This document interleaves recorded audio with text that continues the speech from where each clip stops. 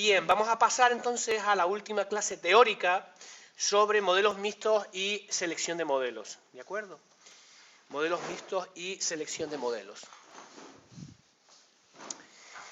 Bien, ya les he dicho en varias ocasiones que en los últimos años ha habido una fuerte crítica a la estrategia basada en el contraste de hipótesis, en lo que se denomina en la literatura como el null hypothesis testing, porque muchas veces no nos podemos fiar completamente de los p-valores, y hemos criticado el porqué, en cuanto a que están muy condicionados a una serie de cuestiones, ¿no? Como por ejemplo puede ser la replicación, y al jugar con esa replicación nos puede hacer obtener unos p-valores u otros, y por tanto que simplemente cambiando algo como la replicación llegamos a conclusiones diferentes a nivel conceptual, ¿no? Entonces, ese tipo de excesos o de abusos que se han producido en muchas ocasiones con el p-valor, ¿de acuerdo?, ha llevado a buscar una estrategia analítica diferente. Y en ese sentido, vamos a desarrollar la clase de hoy, en el cual les voy a explicar en qué consiste el funcionamiento del criterio de selección de modelos como alternativa a el null hypothesis testing, ¿de acuerdo? Simplemente. Esta diapositiva además se la puse, creo que es el primer día, ¿verdad? Fíjense que es un trabajo relativamente reciente, del año 2016, es decir, que estamos hablando de cosas que están bastante en boga. Bien, ¿en qué consiste? Vamos a entender cuál es la filosofía detrás de este marco analítico fundamentado en lo que sería la selección de modelos, el model selection. Al fin y al cabo, yo lo que no voy a hacer es contrastar algo frente a esto, ¿de acuerdo? Eso es el marco típico del null hypothesis testing, ¿no? De ANOVA, por ejemplo. Quiero saber si esto es mayor que esto, si esto es diferente a esto. Ahora la filosofía es conocer hasta qué punto unas variables predictoras son más importantes que otras, ¿de acuerdo? ¿Ok? Ya no quiero saber si esto es diferente a esto, sino si quiero saber es que, dado un conjunto de variables predictoras que podrían explicar la variabilidad de una variable respuesta, quiero saber cuáles son de esas variables predictoras más importantes. ¿De acuerdo? ¿Sí? Entonces, fíjense, simplemente ya podemos pensar en dos escenarios, uno de los cuales puede tirar más al null hypothesis testing y otro que puede tirar más a lo que sería el model selection. Y les voy a poner dos ejemplos para que lo vean. Supongamos que yo hago un experimento de los típicos de acuicultura. Todo perfectamente replicado, mis 4 tratamientos de dieta, mis 3 tanques por dieta, todo perfecto, todo muy bien. Lo que quiero es saber precisamente si, por ejemplo, la dieta produce un efecto en el crecimiento o en lo que sea. ¿Vale? Entonces ahí el null hypothesis testing parece que suministra un marco analítico adecuado, perfecto, muy bien. Pero supongamos ahora que nos vamos a estudios estos que hay del Big Data hoy en día. Estamos en la época del Big Data y podemos jugar con un montón de datos de todo el mundo y con un montón de variables predictoras, ¿no? Por ejemplo, quiero predecir o quiero modelizar cómo cambia la biodiversidad de peces del Atlántico en zonas costeras, utilizando para ello 20 variables predictoras, ¿vale? La presión pesquera, la profundidad, el tipo de hábitat, el número de licencias deportivas, la proximidad que hay de un arrecife al puerto más cercano, o sea, todo lo que ustedes quieran. En ese caso, utilizar aproximaciones de null hypothesis testing no tiene mucho sentido, sino lo que tiene sentido precisamente es aplicar un marco analítico más reduccionista que nos permita separar el trigo de la paja y que nos permite saber quién o quiénes son las variables predictoras más importantes, explicando la variabilidad en mi nube de datos. ¿Se dan cuenta? Entonces, muchas ocasiones, según la naturaleza del problema, tendremos que tender por un determinado marco analítico u otro. Por eso yo le decía el primer día que hemos criticado los p-valores, hemos dicho que podemos sustituir a ANOVA por otro tipo de cosas, pero no significa que tengamos que abandonarnos de la ANOVA. La ANOVA de aquí al infinito seguirá existiendo. Lo que pasa es que tenemos que ser capaces de ver, en función de cómo son nuestros tipos de análisis, cómo son nuestros datos, cuál es el objetivo de nuestra investigación, tendremos que abogar por un marco analítico u otro. ¿De acuerdo? De hecho, filosóficamente, otro punto que difiere en lo que sería el null hypothesis testing de la selección de modelos es que vamos a comparar diferentes modelos, ¿de acuerdo? Y lo que vamos a hacer es en vez de decir esto es mayor que esto, significativamente, o si tenemos o no evidencia para rechazar o no la hipótesis nula, ok, ahora lo que vamos a hacer es ver el grado de apoyo estadístico a un modelo o a un conjunto de modelos respecto de otro. Para eso lo que vamos a utilizar es el famoso principio de parsimonia, que ya les explicaré en qué consiste. ¿Ok? Una de las ventajas de generar modelos es que vamos a poder predecir y modelizar. ¿Ok? Por ejemplo, bajo diferentes escenarios de tiempo, espacio o lo que quiera. Ya les acabo de decir que precisamente cuando aquellos estudios en los que tenemos muchas variables predictoras, 15, 20 variables predictoras, típicos del Big Data, muchas de ellas correlacionadas unas con otras, y queremos separar el trigo de la paja para ver quién o cuáles de esas variables predictoras son las más importantes, tenemos que tender hacia este marco analítico. ¿Ok? Y es típica, como digo, del Big Data, porque el Big Data es algo posible desde que tenemos ordenadores, acceso a las bases de datos, este tipo de cosas. Esto obviamente hace 20 años, 25 años, no tenía mucho sentido, ¿no? Por eso se ha empezado a implementar cada vez más en la actualidad. Todo lo que son estas estrategias fundamentadas en selección de modelos. Y por tanto, como les pongo aquí, tienen mucho valor, por ejemplo, en estudios observacionales. Es decir, estudios donde yo voy a la naturaleza y obtengo un montón de datos. ¿Vale? Por ejemplo, en estudios de psicología se utiliza mucho, estudios que se basan, por ejemplo, en encuestas. Voy y empiezo a hacer un montón de encuestas. ¿Ok?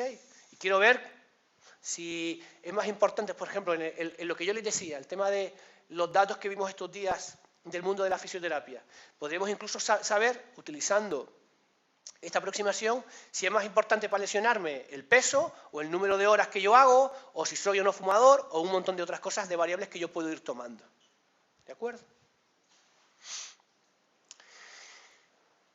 Veremos además que no solamente podemos seleccionar qué grupo o qué modelo es el más importante explicando mi variable respuesta, sino que una de las cosas que vamos a ver es que incluso podemos promediar.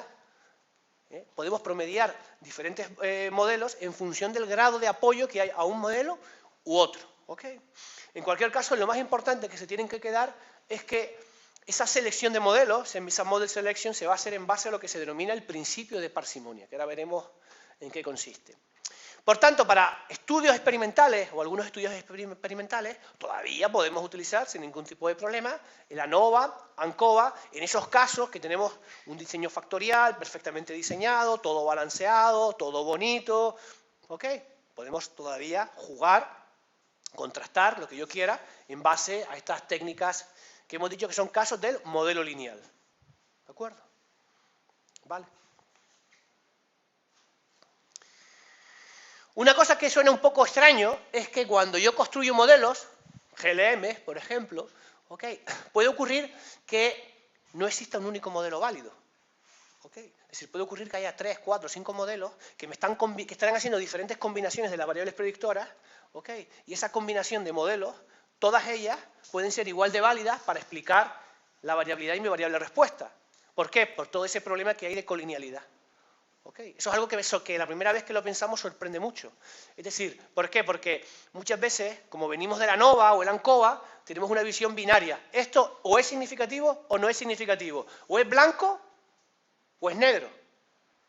¿Vale? Pero ahora se me pueden generar, por ejemplo, varios modelos que tengan el mismo grado de apoyo estadístico, uno de los cuales incluye, en el caso que les ponía ahora, de la biodiversidad de los peces a lo largo de todo el Atlántico. Puedo tener un modelo que me dice, mira, el mejor modelo te va a seleccionar el tamaño de la plataforma continental y el número de licencias de pesca deportiva. Y luego hay otro modelo que dice, mira, un modelo que incluya el número de pescadores profesionales por kilómetro cuadrado y, ¿qué te digo yo?, el porcentaje de roca, te va a explicar la misma cantidad de variabilidad, o va a ser un modelo igual de válido que el anterior. ¿Vale? Entonces, eso nos choca, ¿verdad? ¿Vale? ¿Qué es lo que ocurre? Que entre todas esas variables predictoras hay un montón de conexiones, de colinealidades, y por eso podemos tener, puede ocurrir que haya varios modelos que son válidos. Precisamente lo que vamos a hacer es rankear todos esos grupos de modelos que yo puedo tener, los voy a rankear, y voy a tener un peso de evidencia para cada uno de ellos. Y luego, en función del peso de cada uno de ellos, puedo incluso promediar el valor de los estimadores. Eso es precisamente lo que vamos a ver en la clase de hoy, y lo veremos en la práctica. ¿Ok? Entonces, esa visión binaria de blanco-negro del null hypothesis testing nos choca mucho con la aproximación fundamentada en la selección de modelos, en la que ya no hay una única respuesta, no hay una verdad, sino que puede haber 2, 3, 4 verdades. Fíjense que en el campo de la ecología, y esto es una búsqueda bibliográfica que se hizo en la revista Ecology, que es una de las revistas referencias en el campo de la ecología, fíjense que las aproximaciones o los estudios que se fundamentan en el null hypothesis testing, prácticamente al principio del siglo XX, eran el 100%. Y fíjense como en los últimos 10, 15 años cada vez hay menos estudios que utilizan un marco analítico basado en null hypothesis testing para contrastar la pregunta que quieren analizar. Sin embargo, ¿qué es lo que ocurre con aquellos estudios fundamentados en un criterio de información como el AIC? Fíjense, ha aumentado de manera dramática, ¿no? Ya luego aquí, parece que aquí los últimos 10, 15 años se ha tenido la estabilización, ¿no? Pero de prácticamente finales de los años 90 a, ¿qué les digo yo?, el 2005 se produjo un incremento brutal, ¿vale? Ok, esta gráfica me parece que es súper interesante para contextualizar la relevancia que tiene este nuevo marco conceptual analítico. ¿De acuerdo? Claro, cambiar el chip no es fácil, ¿eh? Lo digo, cambiar el chip muchas veces no es fácil. Entonces, como yo les decía aquí, en el siglo XX, lo que solíamos hacer era siempre, todos recurríamos a la NOVA. A la NOVA o a la ANCOVA para todo, ¿vale? Y nos poníamos a transformar los datos, a hacer comparaciones a posteriori, las correcciones de Bonferroni, nos íbamos a los famosos test no paramétricos. Mientras que ahora, en el siglo XXI, casi todo está fundamentado en GLMs. ¿Por qué? Porque independientemente que una NOVA sabemos que es un caso particular de GLM, ¿vale? ¿De acuerdo? Y encima podemos implementar selección de modelos. ¿Ok? Bien, ¿qué es la parsimonia? ¿Qué es la parsimonia? ¿Y cómo mido la parsimonia? Estamos todo el rato hablando de la parsimonia, pero ni lo hemos definido y sobre todo no sabemos cómo cuantificarlo. Bien, la parsimonia, fíjense que es un principio filosófico que viene de un filósofo escolástico, de Guillermo de Ockham, que dice: en igualdad de condiciones, decántate por lo fácil, por lo sencillo. ¿De acuerdo? Es decir, que estos criterios de información, como el AIC, el BIC, están fundamentados conceptualmente en un principio filosófico, como en igualdad de condiciones, decántate por lo sencillo, a la hora de resolver un problema. A la hora de resolver un problema. Bien, a través de una serie de índices de información que vamos a estudiar, ¿ok?, lo que vamos a hacer es tener en consideración dos elementos, que son, por una parte, el nivel de ajuste del modelo a nuestros datos, ¿vale? O, si lo quieren ver de otra perspectiva, cuán bien nuestro modelo describe la variabilidad de nuestra nube de datos, ¿vale? El ajuste no es más que ni eso. Cuán bueno es mi modelo describiendo mi nube de datos, cuán bien se ajusta a mi nube de datos, cuánta variabilidad explica de mi nube de datos. Eso no es ni más ni menos que el ajuste. Respecto de la complejidad del modelo. ¿Cómo mido la complejidad? En el número de parámetros. Ni más ni menos. Un modelo sencillo puede ser y es igual a A más BX, más error. Tengo un parámetro, dos parámetros, tres parámetros. El error, la pendiente, el intercepto. Claro, yo puedo esto ir complicándolo todo lo que yo quisiera, ¿no? Puedo tener un A más B1, X1, más B2, X2, más B3, X3, etc., etc., etc. Y puedo ir complicando los modelos todo lo que yo quiera. Aquí, por ejemplo, podría tener ya, en vez de variables continuas, podría tener variables categóricas, y aquí me podrían salir los diferentes niveles de las variables categóricas. Cada uno de esos elementos que va apareciendo en una fórmula es lo que se denomina un parámetro. Entonces, claro, yo incluso no tengo ninguna restricción en cuanto al número de parámetros que yo puedo incluir. ¿Okay? Es decir, que yo puedo complicar un modelo todo lo que yo quiera, me lo puedo llevar al infinito. ¿Vale? Yo quiero, por ejemplo, conocer cómo varía la abundancia de meros en Gran Canaria. ¿Vale? Y empiezo a incluirme factores. El tipo de hábitat, la presión pesquera, la orografía o complejidad que tiene el sustrato, la profundidad, el número de licencias deportivas que hay alrededor de un sitio determinado. Y empiezan a añadir variables. Pum, pum, pum. Claro, cada vez voy a ir explicando más variabilidad. Voy explicando más variabilidad. Voy explicando más variabilidad, más variabilidad. Pero claro, ¿eso que me lleva? A un modelo que está, como se dice, sobreparametrizado. Y sobre todo cuando tengo variables que están correlacionadas, el problema de la sobreparametrización, conocido en inglés como overfitting, va a ser un problema muy intenso. Entonces, la filosofía es, vamos a quedarnos con aquel modelo o aquellos modelos que, explicando la mayor cantidad de variabilidad, es decir, ajustándose mejor a mi nube de datos, van a ser lo más reducidos o pequeños posible. ¿De acuerdo? ¿Vale? En eso consiste la filosofía general detrás de estos famosos índices de información. Fíjense, aquí les pongo en la imagen el cálculo numérico del AIC. El AIC es el Akaike Information Criterion. ¿Vale? Es un criterio de información descubierto por un matemático japonés denominado Akaike. Y que realmente lo único que está haciendo es sumar dos guarismos. ¿De acuerdo? Fíjense. Vamos a empezar con lo más fácil. 2P. El 2P no es ni más ni menos que 2 por el número de parámetros. Es decir, es una medida de la complejidad del modelo. A medida que yo voy metiendo parámetros aquí, el valor de este guarismo se va incrementando. ¿Ok? Y el primer guarismo que tengo aquí no es ni más ni menos que la cantidad de variabilidad explicada por el modelo. Es decir, es una forma de medir el nivel de ajuste del modelo. ¿De acuerdo? Es una forma de medir cuán bueno es mi modelo, qué cantidad de variabilidad explica el modelo, cuál es el nivel de ajuste del modelo. De manera que el AIC lo que hace es como una balanza. Tengo los datos, en los dos lados de la balanza tengo dos cosas. En un lado tengo o sea, la cantidad de variabilidad que explica el modelo, ¿no? Su nivel de ajuste. Y en el otro tengo el número de parámetros. Entonces voy a buscar aquel modelo que, conteniendo el mínimo número de parámetros, explique la mayor cantidad de variabilidad de mi nube de datos. Esa es la filosofía de un criterio de información, ¿vale? Cualquiera, como es el criterio de información de Akaike. Dime, Juanma. ¿El tamaño N es el número total de muestras de la población analizada o es el número de la muestra? Ese es el número de la muestra. De un nivel. Eso es el número de réplicas de la muestra de un nivel. De un nivel. Entonces esa es la varianza de las medias. Exactamente, es muy parecido. O sea, digamos, esta fórmula del AIC es un caso concreto aplicado a un diseño experimental típico de un diseño factorial. ¿Vale? ¿Por qué? Porque la fórmula se complica cuando tengo otro tipo de cosas. Yo solo he puesto simplemente esto lo más sencillo posible para que lo capten.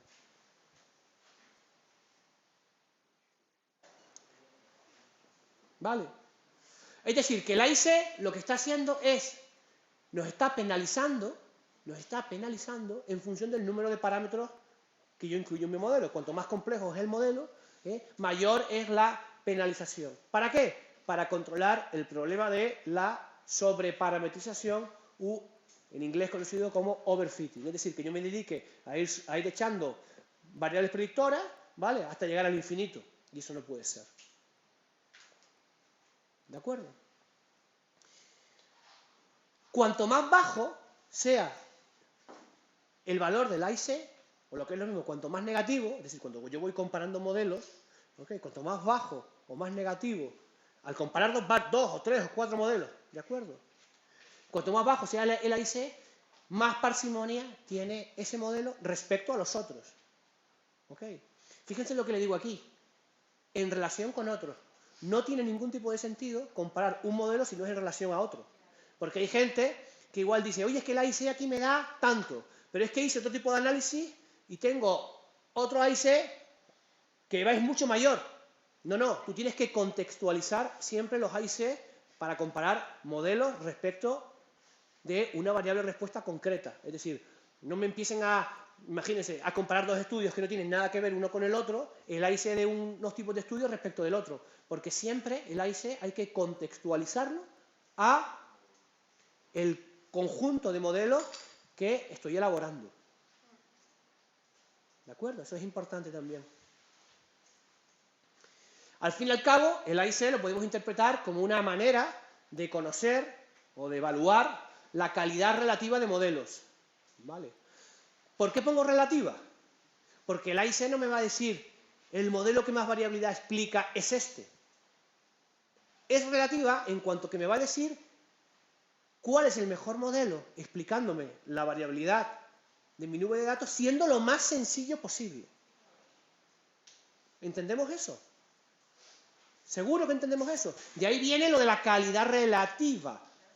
Relativa en cuanto que quiero un modelo que sea lo más pequeño posible, lo más reducido posible, lo más simple posible. Es decir, que incorpore el menor número de parámetros. ¿Por qué? Porque esos pocos parámetros que yo selecciono, que yo considero, me van a explicar una gran cantidad de variabilidad. ¿Vale? Yo empiezo a aumentarle más parámetros y sí, siempre voy explicando más. Pero a mí lo que me interesa es quién o quiénes son aquellas variables que explican más variabilidad de mi variable de respuesta, ¿de acuerdo? Con menos complejidad, es decir, con menos parámetros. ¿Y por qué puede ser negativo? Sí, es simplemente la forma del cálculo numérico que hace aquí. Porque de hecho, fíjate que tiene un valor negativo aquí. ¿Vale? Es simplemente cuestión matemática. Por cierto, está lloviendo un montón. ¿Está entrando agua? Porque me... ¿Te has salpicado, no? ¿No? Vale. Dime, Frank. Ah, ¿o Juanma?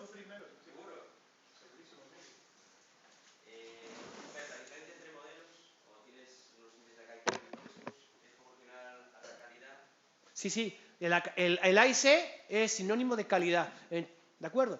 Una cosa que vamos a ver a continuación es, oye, si el AKI de un modelo es 102 y el otro es 103, ¿hasta qué punto selecciono el de 102 respecto al de 103? No se me adelanten, que ya veremos ese tipo de cosas. En cualquier caso, no me tengo que obsesionar porque, vuelvo a decir, yo puedo tener 2, 3, 4 modelos que sean importantes. ¿Vale? Cuidado con eso. Aquí ya no vemos, esto sí, esto no. Ya no es sí y no. Ahora son diferentes posibilidades. Pero vamos a ver también que, por ejemplo, si yo quiero comparar dos modelos y quiero saber si realmente uno es mejor que otro, en base al criterio de información de Akaike, puedo aplicar un likelihood ratio test, un test de verosimilitud, que ya lo veremos cómo lo hacemos, y de hecho en la práctica lo haremos. ¿Vale? Eso es para definir, cuando tienes Akaikos parecidos, definir cuál de esos es. Claro, efectivamente. Pero el hecho de que yo tenga un Akaike más negativo no significa que me pueda interesar el más negativo, porque a pesar de todo me explica mejor el problema que tengo. No te entiendo. Sí, un Akaike menos 100 y otro menos 110. Teóricamente, el mejor es el de menos 110. El de menos 110. Sin embargo, a colación de lo que estabas diciendo, el hecho de que el de 100 signifique que tiene más datos, más complejidad. Más complejidad, a lo mejor me puede interesar, claro, tomar ese a pesar de la mayor sí, complejidad, pero cuando no llega a límites de... Sí. Y para eso, como eso muchas veces, este tipo de cosas nos produce un poco de conflicto, ¿verdad? Conflicto mental. Hay dos alternativas. Una ya la he dicho, que es hacer un test un likelihood ratio test, un test de esto de máxima verosimilitud, ¿vale? Y hay otra alternativa que es súper chula, y es promediar el valor en función del peso que tiene cada modelo, porque puede ocurrir que yo voy a tener un descriptor que se denomina el peso de Akaike, los Akaike weights, que es el peso de 0 a 1, el peso de cada modelo. Entonces, el peso de un modelo, por ejemplo, es 50, de 0 a 100. De otro modelo es 45, de otro es 40. Entonces, en función de los parámetros que cada modelo va incluyendo, yo puedo tener un modelo global en el que voy promediando el valor de por ejemplo, las diferentes pendientes de los diferentes factores o variables predictoras según el peso que tiene. Es decir, si yo tengo un modelo de un peso de 90, quiere decir que ese modelo tiene mucho peso. Por lo tanto, a la hora de promediar todos los coeficientes de los diferentes modelos, el valor que tenía en ese modelo va a tener mucho peso. Te has perdido, ya lo explicaré. Vale, yo sé que te has perdido, ya lo explicaré. Es normal. Hay solución. Dos soluciones para lo que tú planteas. Y las dos las vamos a ver en clase y las vamos a hacer prácticas. De hecho, la práctica de Model Selection es todo para hacer lo que acabo de hablar en chino. ¿Acá se ha sonado en chino? Van a acabar la clase entendiéndolo, porque tengo un par de ejemplos, como siempre. Todo se entiende con ejemplos, ¿verdad? Pues ahora veremos un par de ejemplos que lo explico. Juanma, ¿querías hablar? Vale. O sea, que aunque esto de momento me descoloca, no me va a descolocar tanto. ¿Vale? No me va a descolocar tanto. A ver, vamos a continuar. Bien. En el caso particular de que tengamos un nivel de replicación bajo, ¿de acuerdo? Un bajo número de muestras, hay, de nuevo, matemáticamente, una versión corregida del índice de Akaike, que se denomina el AIC-C. Simplemente se lo digo, ¿vale? No voy a entrar en la formulación matemática ni en ese tipo de cosas, simplemente que lo sepan, que si alguna vez ven un AIC-C, es simplemente una versión corregida. Matemáticamente aplica una serie de correcciones porque tiene un bajo número de muestras, ¿de acuerdo? Bien, ¿qué es la devianza? Que ya ha salido, ¿se acuerdan ayer que hacíamos algunas prácticas? La devianza, la null deviance, residual deviance, este tipo de cosas, ¿de acuerdo? Y les dije yo, bueno, se lo voy a decir hoy así por encima, para que lo entiendan un poquito, pero ya mañana lo vemos en teoría. Bien.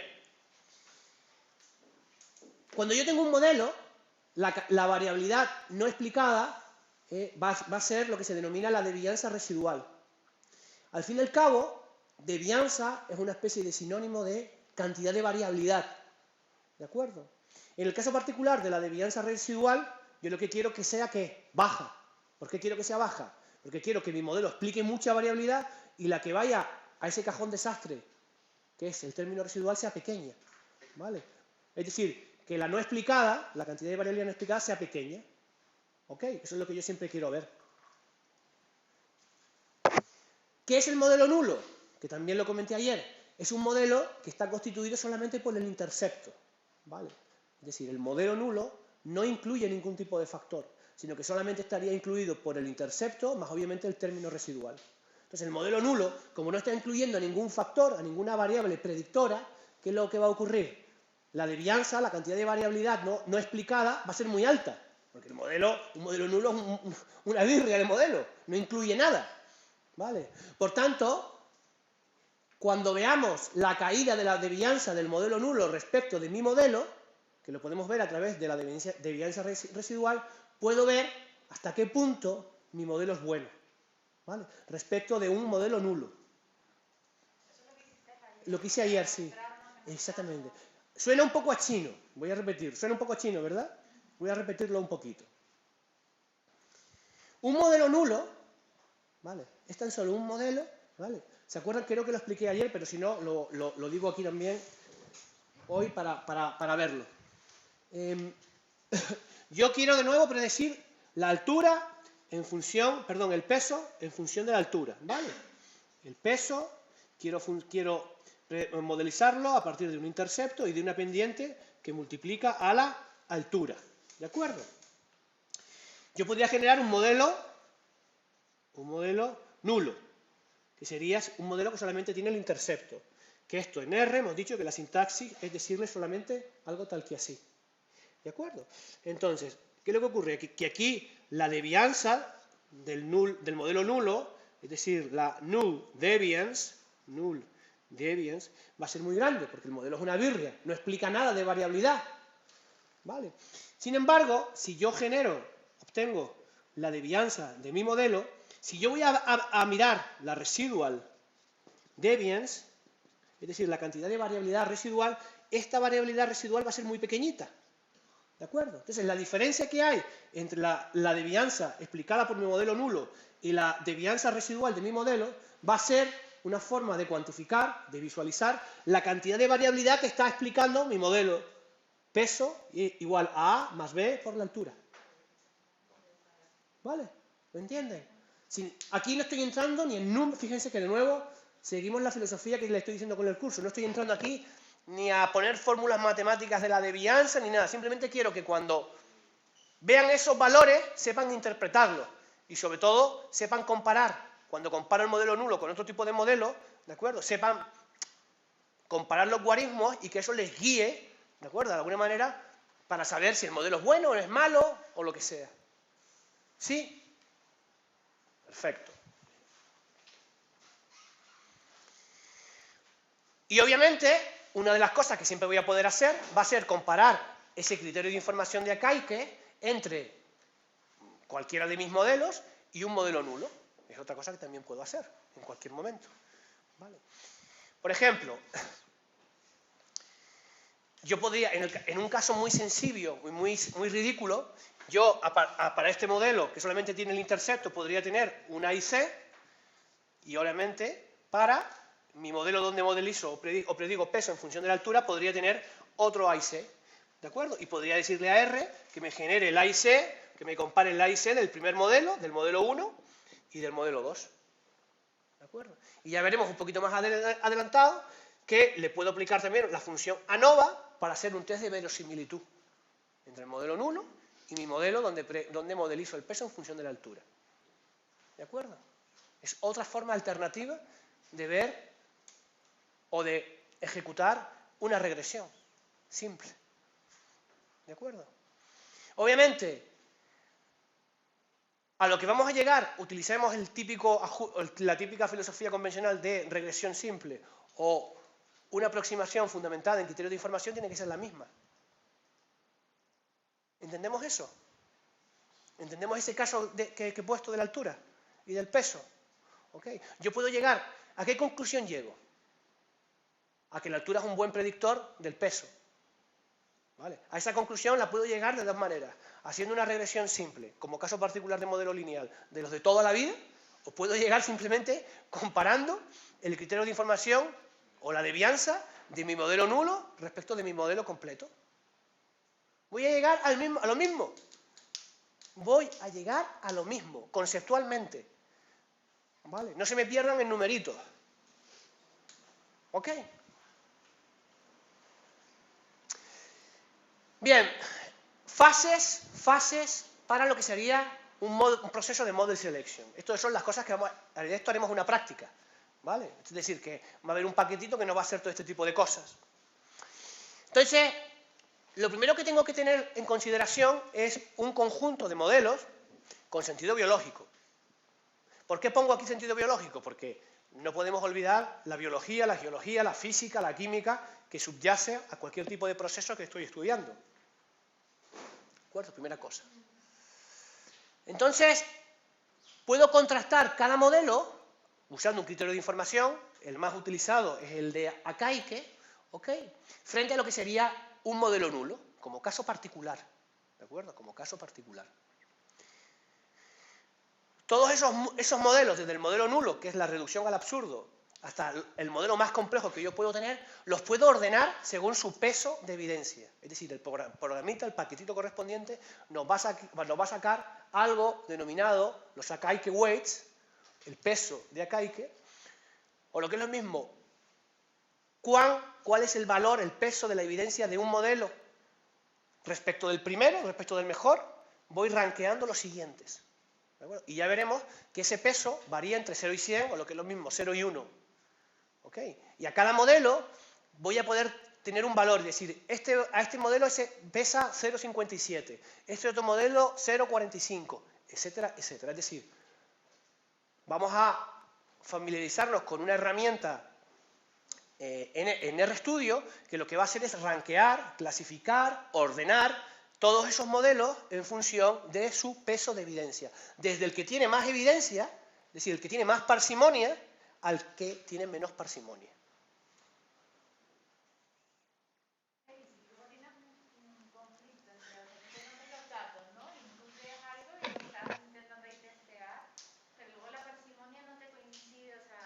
Vale.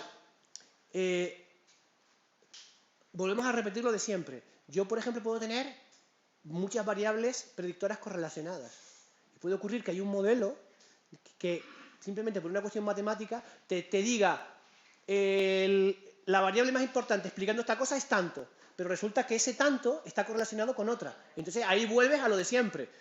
Tendrás que discutir por qué el modelo te está seleccionando eso. ¿Vale? Que esas son cosas muy importantes. No creerse los modelos como lo que yo les digo, como el Padre Nuestro. O sea, yo no me tengo que creer lo que me dice un modelo. Luego tengo que tener la inteligencia biológica o geológica o física o química para discutir esos datos. ¿Okay? Bien, una de las cosas que vamos a hacer, y esto yo creo que son de las cosas que al principio cuestan más de entender, una cosa que vamos a hacer cuando hagamos la práctica de Model Selection es que yo puedo generar una predicción final en el que voy a promediar las predicciones. Cuando me refiero a las predicciones me refiero a todos esos interceptos, pendientes que voy obteniendo para cada pendiente. ¿Okay? Puedo promediar todas las predicciones de estos modelos de confianza según el peso de evidencia que tiene cada modelo. ¿Okay? Y fíjense lo que pongo aquí. Ya sé que suena chino, ahora voy a mostrar un ejemplo y luego lo veremos en práctica. Y estoy seguro que cuando vean el ejemplo en las prácticas, lo van a entender. Bien, lo que les acabo de decir no es ni más ni menos que este esquemita que tengo aquí, en el que yo obviamente parto de una serie de variables predictoras, ¿okay?, cuyo efecto quiero saber que tienen sobre una variable respuesta. Eso me permite, pues, generar un paquete de modelos, un conjunto de modelos, ¿de acuerdo? Rankearlos según el peso relativo, eso también nos lo va a hacer, como digo, el paquete de R que vamos a usar, los vamos a rankear, vamos a decir, este es el mejor, y respecto al mejor tengo, este es el segundo mejor, este es el tercer mejor, este es el cuarto mejor, etcétera, etcétera, etcétera, ¿vale? Y veremos el tema de los promediados de las predicciones, ya se lo explicaré. Bien, muy importante, se lo he estado machacando con esto desde el primer día, el tema de cuando tengo estudios con un montón de variables predictoras, tengo un problema inicial que tengo siempre que analizar antes de ponerme a modelizar, que es el estudio de la posible colinealidad o correlación que hay entre variables predictoras. ¿De acuerdo? ¿Vale? Esto, por ejemplo, es un análisis entre toda una serie de variables predictoras de estructura de hábitat de un cebadal, ¿de acuerdo? Y yo veo, por ejemplo, que hay algunas de ellas que hay correlaciones significativas como todas estas. ¿De acuerdo? Por ejemplo, la clorofila A con el par. Es decir, que yo tengo una serie de sitios en los que he analizado la estructura de un hábitat concreto como son los cebadales y me doy cuenta que aquellos cebadales en los que la concentración de clorofila en la columna de agua es mayor son aquellos que reciben una mayor cantidad de luz. ¿Por qué? Porque he comparado cebadales de Gran Canaria con otros del Mediterráneo y yo sé que las praderas de Gran Canaria están en un entorno oceanográfico con aguas más cálidas, pero también reciben más luz, y también tienen una concentración de clorofila, ¿de acuerdo?, una riqueza de las aguas mayores. Entonces tengo ahí una correlación importante entre una serie de variables predictoras, ¿vale? Fíjense que aquí pasa lo mismo. ¿Lo ven aquí? SST, es decir, la temperatura, la clorofila y la cantidad de luz que reciben los cebadales en mi área de estudio están correlacionadas. Entonces, ¿qué es lo que yo tendré que hacer de antemano? Me tengo que quedar con uno. O sea, no seas animal y metas las tres, sino de antemano, quédate con una, ¿vale? Y tú me puedes decir, ¿y con cuál me quedo? Me da igual. Me da igual. Me quedo con la que a mí me dé la gana. Me da igual. Porque yo soy biólogo, no soy matemático. Bueno, sí, pero yo todo lo tengo medido, Juanma. Ya todo lo tengo medido. Claro, yo tengo medido todo. Vale, entonces yo puedo hacerlo de dos maneras. Dos maneras. Y es la manera, digamos, animal y la manera inteligente. La manera animal, ¿cuál sería? Bueno, voy a probar en primer lugar voy a meter solamente la temperatura. Y me quito la clorofila y el par. Y hago todos los modelos. Luego voy a hacerlo todo solamente con el par. Y me quito la temperatura y me quito la clorofila. Y luego lo vuelvo a correr todo solamente con la clorofila. Y me quito el par y me quito el SST. ¿Cómo es la manera inteligente? Me planteo hasta qué punto,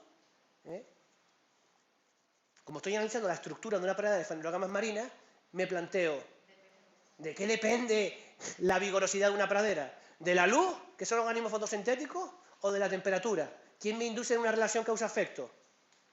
La luz, porque son organismos fotosintéticos. Entonces, como tengo un conocimiento biológico de mi sistema, ¿vale? Por ahí es por lo que yo le digo que es fundamental pensar de manera biológica, física, química, lo que quiera, y no matemática. O sea que no te da igual elegir la que... Ahora, déjame acabar, ¿vale? Entonces, yo elijo de antemano, porque somos inteligentes, elijo la luz antes que el par antes que la temperatura o que la clorofila, ¿vale? Entonces, ¿yo qué es lo que haría? No empezaría a correr modelos a saco con todo, sino que solo y exclusivamente correría el modelo con la luz, porque yo sé que la luz tiene una relación causa-efecto con un organismo fotosintético como es la selva. Entonces, solamente correría uno, ¿vale? ¿Qué haría? En materiales y métodos lo justifico de esta manera. ¿Y qué es lo que hago?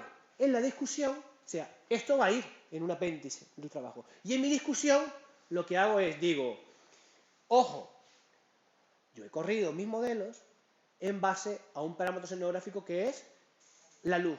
Pero la luz está correlacionada ¿con quién? Con la temperatura y con la concentración de clorofila. Por tanto, yo no tengo una evidencia, si saliera que la luz es muy importante por lo que sea, ¿vale? Yo tendría que reflexionar eso y decir que hay una colinealidad, que hay una correlación a nivel biológico de esta variable predictora que los modelos me han seleccionado las mejores con estas otras. ¿Vale? Con lo cual, a nivel de justificación, lo hago desde el punto de vista biológico, pero luego tengo la suficiente inteligencia de discutirlo a nivel de la discusión. Y eso es, ¿se acuerdan el primer día que yo les hablaba aquel mapita de distribución de los tiburones ángeles en todas las islas? Entonces, ¿qué es lo que ocurrió? Que las personas que lo hacían, como los Spatial Distribution Models, los modelos de distribución de hábitat, se fundamentan casi todos en la temperatura, que es como su variable por antonomasia. El modelo decía que la temperatura era el mayor predictor de la distribución de los angelotes. ¿Vale? Matemáticamente, estadísticamente es verdad, pero biológicamente es mentira, porque la temperatura en un gradiente oceanográfico a lo largo de Canarias está correlacionado ¿con qué? Con la antigüedad de las islas, por lo tanto con la extensión de las plataformas continentales, la cantidad de hábitat disponible. ¿De acuerdo? Entonces, ¿ahí qué es lo que ocurre? Me ha cantado la temperatura, pero es porque la temperatura, de acuerdo, matemáticamente, estadísticamente, me predice cómo se me distribuyen los angelotes a lo largo de Canarias. Pero es que la temperatura está correlacionada con las variables que realmente explican la distribución de los angelotes, que son la proximidad a la masa continental más cercana, todos vienen de África, la extensión de las plataformas continentales. Estos bichos, ¿qué es lo que quieren? Plataformas amplias. ¿Dónde están las plataformas amplias? En Lanzarote y Fuerteventura, no en el Hierro y en La Palma. Además que aquellas islas que son más orientales, no solamente es que tengan mayores plataformas, sino que tengo el qué, un tipo de fondo más adecuado para estos bichos, que son fondos arenosos. Entonces, jugamos siempre con esa dualidad. Lo que me dice la estadística, lo que me dice el aparato matemático y lo que me dice la biología. Entonces yo tengo que tener la inteligencia para ir jugando y cuadrando una cosa y otra.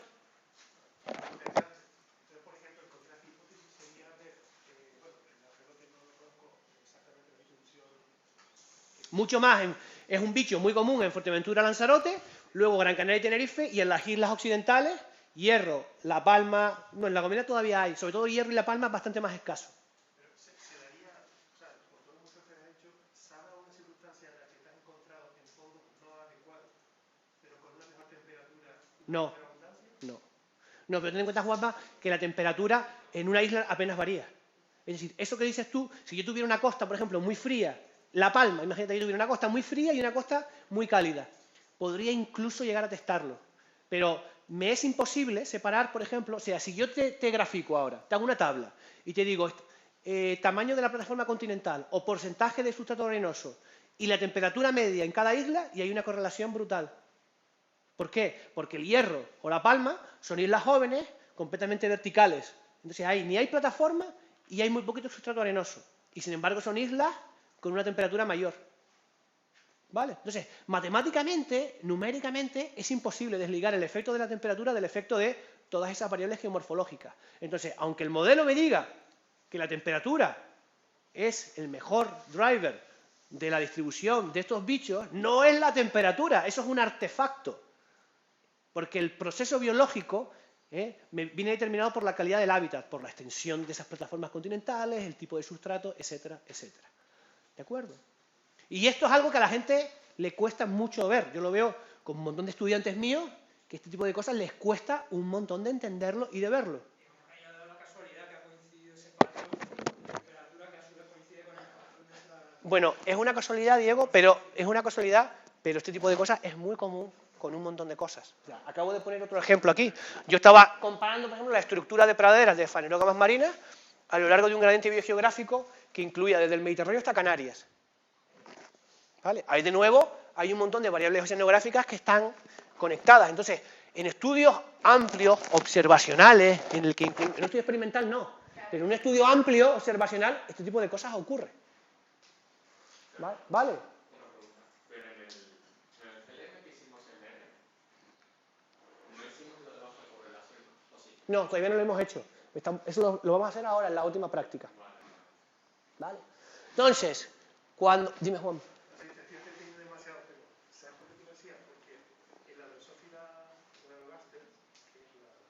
La mosca de la... Las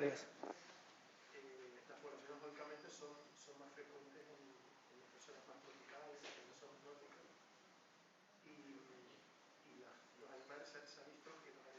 vuelan, que están o que sobreviven, ¿no? Que pueden capturar, se debe a que tienen reordenaciones cromosómicas en el cromosoma 2, que estos son abundantes en una zona nórdica y hay una clínica. Esto decía hasta qué punto el genoma de los animales, por eso te decía un poco si tienes el experimento de contraste, que es más la fuerza, ¿no? Sí. De la evolución de la propia especie, obviamente tiene que venir con los ecosistemas al lado. Obviamente. Pero ese tipo de cosas, ¿se acuerdan el primer día el ejemplo de los que pasean al perro viven más? ¿Se acuerdan el primer día? ¿Y qué les dije yo? Que son mentiras. ¿Vale? Es mentira. Lo que ocurre es que el que tiene un perro o tiene un mayor poder adquisitivo, o tiene un modelo de vida más activo. Entonces camina más, sale a pasear, ¿de acuerdo? ¿Se acuerdan? Entonces siempre hay que acordarse de esa famosa dicotomía que es correlación, no implica causalidad, y procesos driver y passenger, ¿de acuerdo? Yo muchas veces identifico como el proceso importante el pasajero, el passenger, no el driver, ¿de acuerdo? Entonces, estas cosas son esas contradicciones entre lo que nos dice, digamos, el background biológico, ecológico, físico, químico, y lo que nos dicen los modelos. Por eso nunca podemos tomarnos la matemática como una verdad absoluta, como una religión. Y eso es un problema que me encuentro muchas veces con mucha gente, por ejemplo, al revisar artículos. ¿De acuerdo? Hay mucha gente que se toma la matemática como una religión. Y eso es tremendamente peligroso. Y hace daño a lo que es lo importante. ¿Qué es lo importante? La biología, la ecología, la física o la química. No el aparato matemático que subyace debajo. ¿Vale? Por lo menos en mi campo. En el campo nuestro. En el tuyo, que es la física, es diferente. O la ingeniería. Pero, ¿me entiendes, Luis, por dónde van los tiros, no? ¿De acuerdo? Hoy en día, que estamos en una época muy populista, es súper común, y estoy harto de leer las noticias de un estudio demuestra que las personas que tienen más sexo son más felices. O cosas de este tipo de cosas. Pues normal, las que tienen sexo suelen ser más jóvenes, suelen tener menos responsabilidades. Chico, no hay que ser ingeniero nuclear para reflexionar eso, ¿no? Entonces, este tipo de cosas, sobre todo en los medios de comunicación hoy en día que necesitan buscar noticias cada 2 por 3, pues es muy común de nuestros días, ese populismo científico que hay. ¿Cómo el tema? Ah, es verdad, hay un estudio, efectivamente, sí, claro, que establecía una relación entre la felicidad y beber cerveza. Claro, obviamente, tú le preguntas... Claro, es normal, ¿por qué? Porque las personas que beben más cerveza salen más, son más jóvenes, son más desinhibidas. Entonces...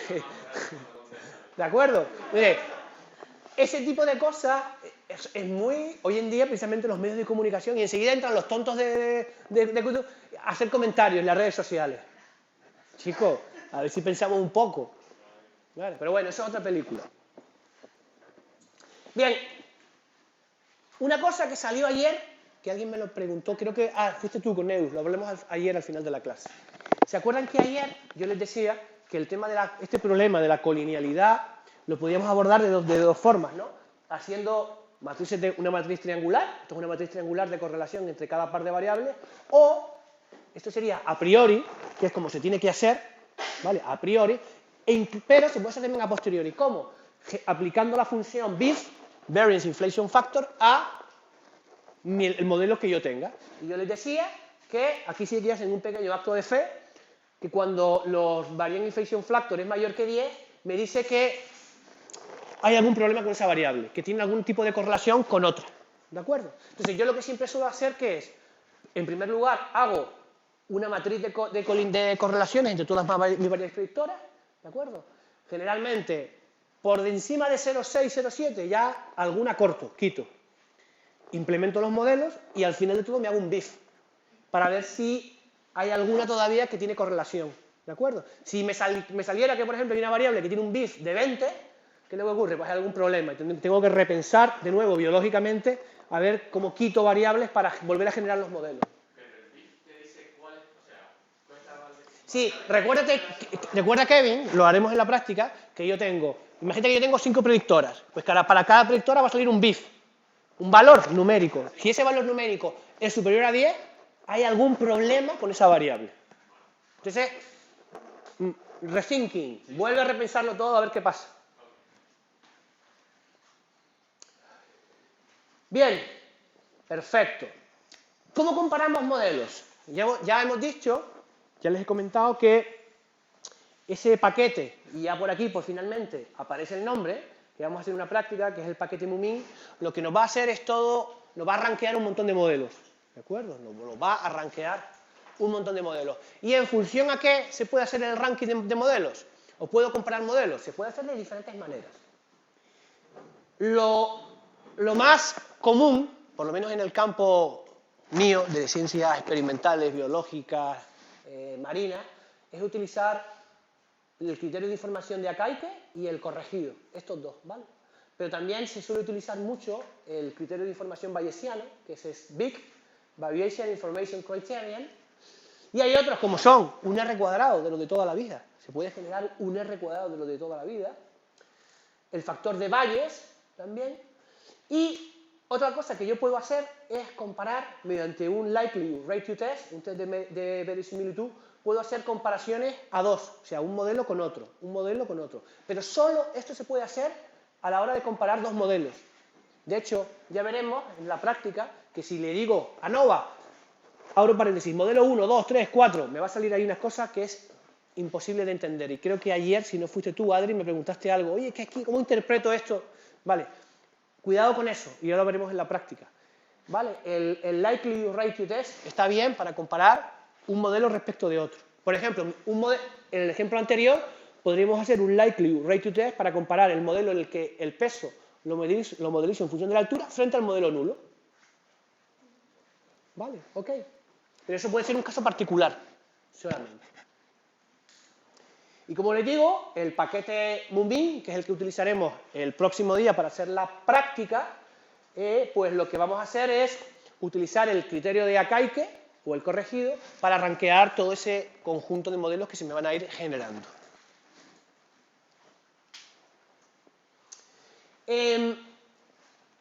Como norma general, el A y C está muy bien para predecir y el B y C para explicar. Eso es lo que dice la literatura. ¿De acuerdo? Y el likelihood ratio test nos sirve comparando dos modelos para ver si un efecto es importante respecto de otro. ¿Vale? Los likelihood ratio test, para la gente que está obsesionada con los p-valores y que no puede vivir sin p-valores, está muy bien, porque de hecho se va a fundamentar en un estadístico que va a ser la chi cuadrado y nos va a producir y nos va a generar un p-valor. Entonces, aquel que no pueda vivir sin p-valores, ¿de acuerdo?, que sepa que siempre puede recurrir a un likelihood ratio test. O si tiene un supervisor que no puede vivir sin p-valores, sabe que aquí lo tiene. O si hay un revisor que no sabe vivir sin p-valores, que sepa que aquí lo tiene. ¿De acuerdo? En definitiva, otra cosa que ya les dije antes, es que muchas veces, ¿vale? ¿Se acuerdan antes cuando se lo dije? Yo puedo analizar el mismo problema de diferentes perspectivas. A lo que tengo que llegar es a la misma conclusión conceptual. Es decir, yo puedo hacer un modelo de regresión, ¿de acuerdo? Aplicar un p-valor, obtener el R cuadrado, todo este tipo de cosas, usando la típica técnica de regresión lineal de las de toda la vida. O bien podría ser una comparación de modelos, comparando ese modelo donde el peso lo predizco en función de la altura y un modelo nulo.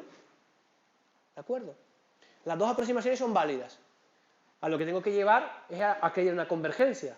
¿De acuerdo? Es decir, que mi interpretación conceptual sea la misma, no dos cosas completamente diferentes. Porque si dan dos cosas completamente diferentes, es que ya hay algo que puede estar mal. Bien, vamos entonces ahora a explicar con un pequeño ejemplito, voy a beber un poquito de agua, con un pequeño ejemplito este rollo de cómo rankeamos varios modelos y cómo promediamos sus predicciones, cómo las promediamos.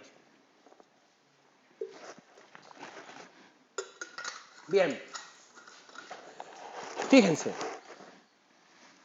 este paquete, el Moomin, con el que vamos a hacer una práctica, lo que al fin y al cabo va a hacer es rankear, yo aquí solamente he puesto 3 modelos para hacerlo fácil a la hora de explicarlo, rankear una serie de modelos para una serie de variables predictoras, ¿de acuerdo? En este caso vamos a centrarnos solamente en la leaf width, que esto es la anchura de hoja de una seda. Entonces fíjense, Yo generé en su momento 3 modelos, puede ocurrir que haya generado más, pero realmente los he descartado. Generé 3 modelos, ¿ok?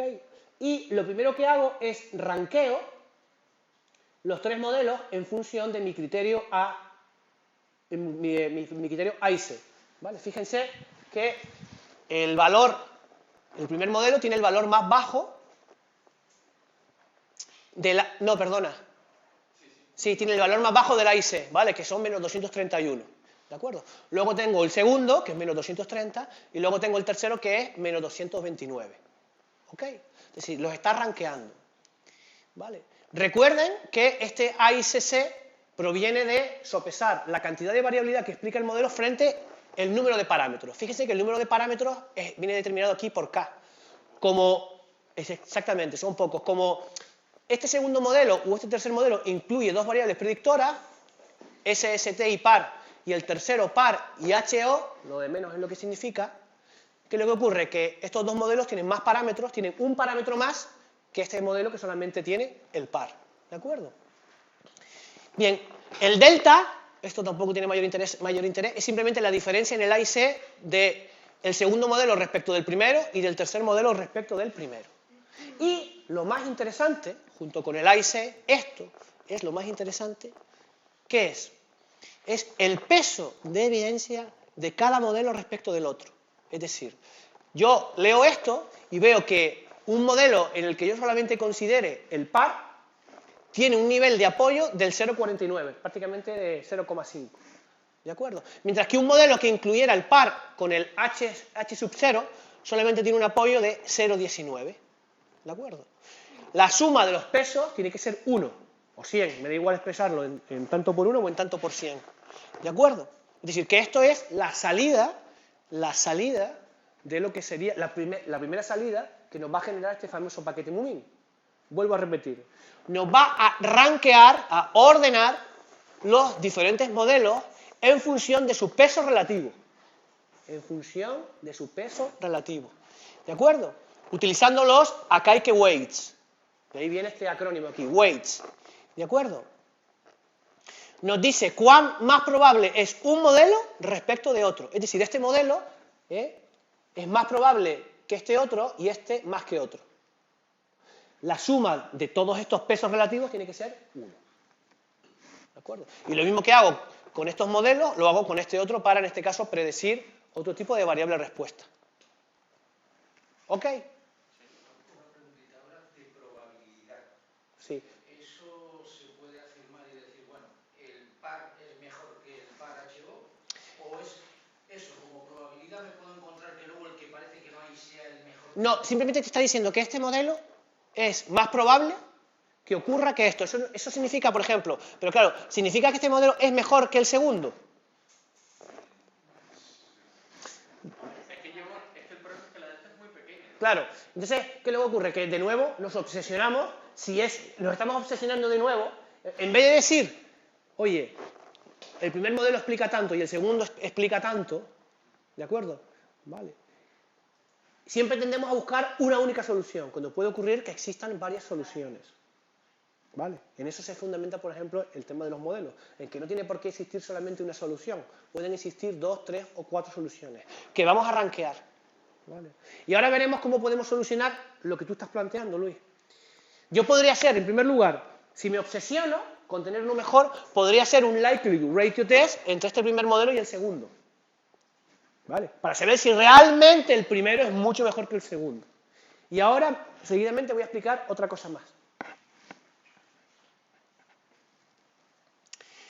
Bien, esto sí que es la bomba.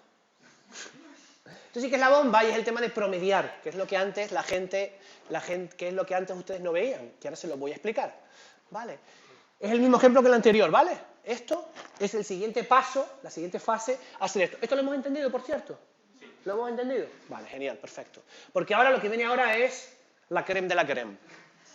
¿Qué es lo que vamos a hacer ahora? ¿Qué es lo que vamos a hacer? Vamos a hacer lo que se denomina un model averaging. Es decir, lo que vamos a hacer es el promediado ponderado, el promediado comparado de los estimadores de cada variable predictora. ¿Vale? Entonces lo que vamos a hacer es, vamos a promediar los estimadores según el peso que tiene cada modelo.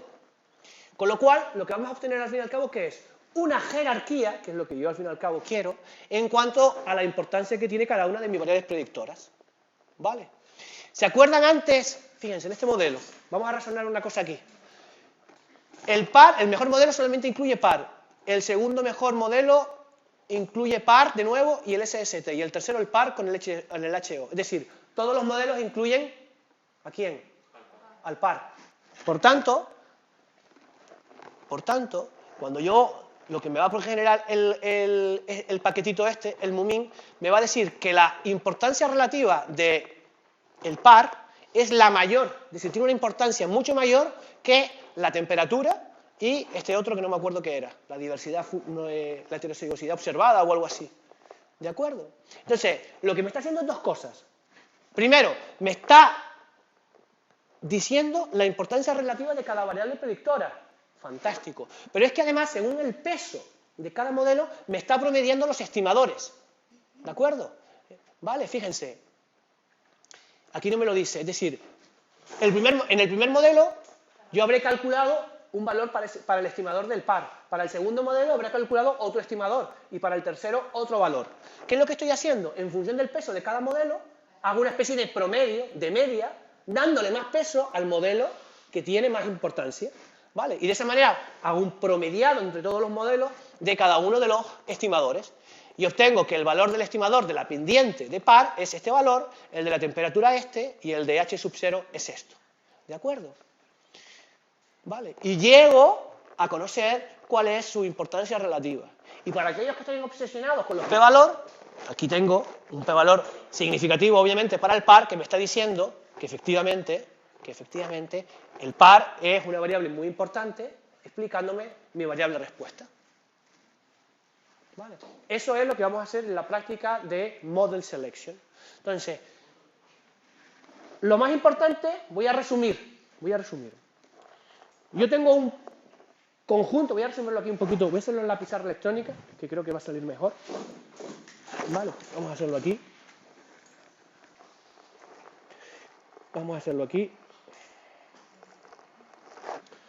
Bien, empezamos con un paquete importante, un saco. Ay, ¿y ahora por qué?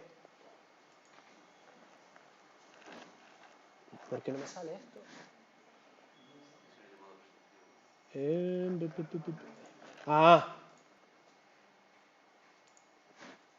¿No?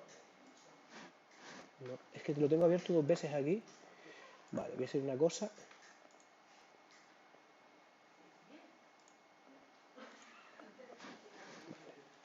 Perfecto.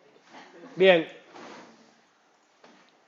Entonces vamos a entenderlo, las fases, ¿no? Entonces yo inicialmente tengo un paquete muy grande, un saco con un montón de variables predictoras. La X sub 1, la X sub 2, la X sub 3, la X sub 4, etc. Y quiero saber quiénes son las más importantes, explicándome mi variable respuesta y. Entonces, lo primero que yo tengo que hacer es quedarme con un subconjunto de variables predictoras en función a ¿qué? ¿Qué hemos dicho? En función a una matriz triangular de correlaciones. ¿Es o no es? Es lo primero que tenemos que hacer. ¿Ok? Bien. Entonces, lo primero que hago es, voy a generar un montón de modelos, de manera que voy a ordenar todos estos modelos en función del criterio A y C. Es decir, voy a rankear todos los modelos, el 1, el 2, el 3, el 4, de manera que lo que va a hacer el programa va a utilizar todas las combinaciones posibles de variables predictoras con las que yo me he quedado para ir generando modelos que vamos rankeando, clasificando, ordenando en función de su nivel, de su A y C. ¿De acuerdo? Los vamos clasificando u ordenando. Cada modelo además va a tener un peso. ¿Ok? Este tendrá el mayor peso, el segundo tendrá el segundo mayor peso, este tercero tendrá el tercero mayor peso, de manera que la suma de los pesos tendrá que ser 1, que me va a decir cuánto más probable es un modelo respecto de otro. ¿De acuerdo? A partir de esto, ¿ok? Lo siguiente que hago, ¿qué es? ¿Qué es lo siguiente que hago? voy a generarme un modelo final, por así decirlo, un modelo final, donde voy a tener, ¿qué es lo que voy a tener? Todas estas variables predictoras, x1, x2, x3, ¿de acuerdo? Y para cada una de ellas voy a tener su estimador. ¿Cómo calculo yo el estimador? Promediando los estimadores de los diferentes modelos en los que aparezca esa variable según su peso. ¿De acuerdo? Voy obteniendo los estimadores promediando los diferentes modelos en los que aparezca esta variable predictora según su peso. ¿De acuerdo? Y finalmente lo que voy a tener es lo que sería la importancia de cada variable, que eso es lo más importante.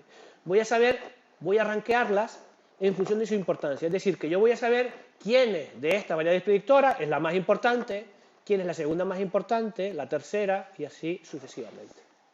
¿Vale? Esa es la estrategia en la que funciona un model selection, una selección de modelos. De ahí viene el nombre, selección de modelos. ¿Por qué? Porque quiero saber quiénes son los mejores modelos y, por lo tanto, quiénes son las mejores variables predictoras.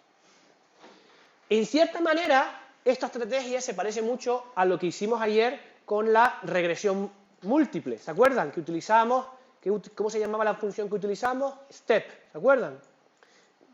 Que procede de stepwise regression. ¿Vale? Entonces son como dos procedimientos diferentes que nos llevan a lo mismo. ¿Qué es lo que ocurre? Que en la técnica stepwise no hace esto. Simplemente rankea, o sea, la técnica stepwise apenas se queda en esto. Lo que no me está haciendo es lo que realmente a mí más me interesa, que es promediar los estimadores según el peso que tienen cada modelo. ¿De acuerdo? ¿Vale? Eso no me lo hace la técnica stepwise, que era lo que se hacía con la típica regresión múltiple de toda la vida.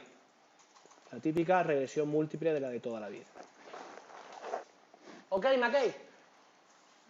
¿Sí? ¿Sí o quieren que cierro? Voy a cerrar aquí. De información, ¿no? A la hora de que tomas una decisión entonces de qué variable te va a hacer. Espera, Kevin, dime. Que te da un montón de información. Te da un montón de información para yo finalmente quedarme con lo que a mí me interesa. ¿Vale? Con lo que a mí finalmente me interesa. Que es saber quiénes realmente son las variables más importantes. ¿De acuerdo? Bien.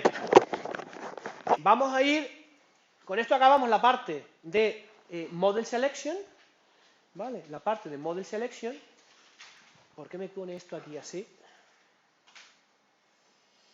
Y vamos a continuar con lo que sería modelos mixtos, ¿de acuerdo? Modelos mixtos, a ver si me... Vale, de modelos mixtos.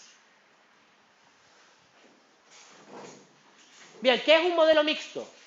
Ya lo vimos el otro día, más o menos se lo introduje. Un modelo mixto es aquel en el que tengo un factor fijo, que tiene asociado una hipótesis, es decir, donde radica la importancia, y un factor o factores de índole aleatorio, sobre las cuales no tengo ningún tipo de importancia. ¿Vale? Vamos a razonarlo con un ejemplo. Yo aquí lo que tengo es la riqueza de especies marinas a lo largo de un gradiente de altura en una playa. ¿Vale? Desde lo que sería zona más terrestre a zona más marina. ¿De acuerdo? O al revés, depende cómo se mire, me da igual.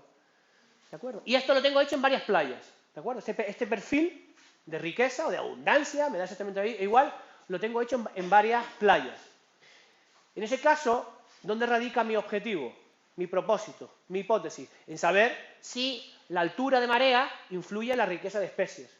¿Vale? Y eso lo he hecho en una serie de playas, en 4, 5, 6, 8 playas, para ver cómo es el patrón. ¿Qué es lo que ocurre? Si yo repitiera el estudio, podría haber cogido esas playas, podría haber cogido otras playas, ¿no? Por tanto, playas no es un factor fijo. Yo no tengo asociado ningún tipo de hipótesis a playas, sino que sería un factor de índole aleatorio. ¿De acuerdo? Fíjense, el otro día yo también les conté que era una covariable. ¿Se acuerdan el ANCOVA? El ANCOVA, en cierta manera, es al revés. En el ANCOVA, el factor fijo que era una serie de categorías. Y la covariable que era una variable numérica cuyo peso quería extraer del término residual. ¿Vale? Entonces, podemos verlo también por ahí. Entonces, un modelo mixto, repito, es aquel modelo en el que tengo un factor fijo, que tiene asociado una hipótesis, y un factor aleatorio que no quiero considerar.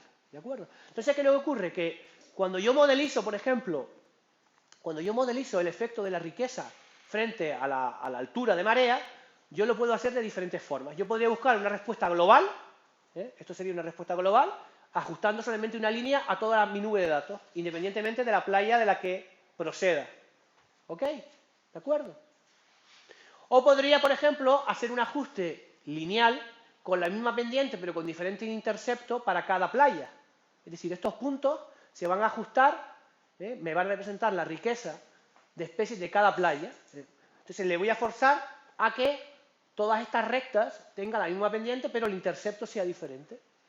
Otra última cosa que puedo hacer es generar modelos de manera que cada playa tenga un intercepto y una pendiente diferente, que digamos representaría un escenario más realista, por así decirlo. ¿Ok? ¿En qué sentido? Claro, el último, Frank, yo aquí lo que tengo, que parecería a priori un razonamiento más realista, es que a la hora de describir cómo cambia la riqueza frente a la altura de marea, para cada playa voy a ajustar un modelo en el que varía tanto el intercepto como la pendiente. ¿De acuerdo? Ahora esto lo vamos a ver aquí en la siguiente diapo. ¿Vale? Cuando hablamos de modelos mixtos, teniendo ya en la mente el ejemplito este que les he estado diciendo, podríamos considerar, por tanto, dos casos. Y además le pongo aquí la sintaxis de R. ¿Ok? Yo le podría decir a R que me modelice mi variable respuesta en función de X, es decir, mi riqueza de especies en función de la altura, de manera que para cada grupo, para cada playa, tenga una diferente intercepto pero la misma pendiente, ¿de acuerdo? O le podría decir que para cada playa me ajuste diferentes interceptos y diferentes pendientes. Igual no se ve mucho, pero estas líneas tienen diferentes pendientes, ¿de acuerdo? Entonces, en este caso, la sintaxis, ya la veremos un poquito más adelante, cambia un poquito, como pueden ver aquí, ¿de acuerdo? En este caso, lo que le estamos especificando o lo que estamos considerando es que cada grupo va a tener un diferente intercepto, y aquí que cada grupo, cada sujeto, va a tener un diferente intercepto y una diferente pendiente. Simplemente formas de modelizar, ¿vale? Formas de modelizar.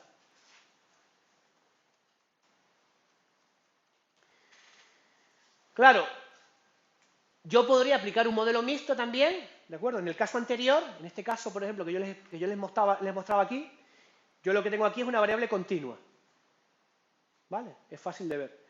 Pero yo también podría tener una variable categórica, ¿vale?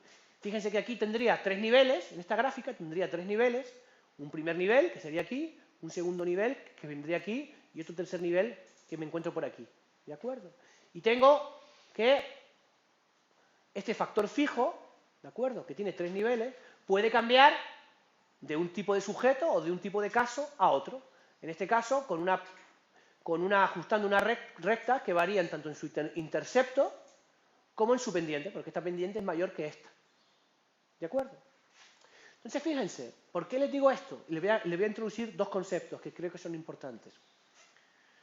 Fíjense, los modelos mixtos, o este tipo de modelización, lo primero que nos va a solventar es el problema de los NA, ¿vale?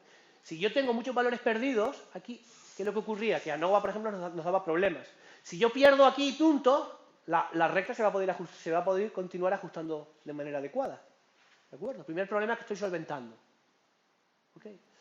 Y luego hay una técnica que se denomina el jittering, lo digo por si alguno se lo encuentra, y es por la cual, claro, si esto es una variable categórica, yo tengo tres niveles, el A, el B y el C, el 1, el 2 y el 3.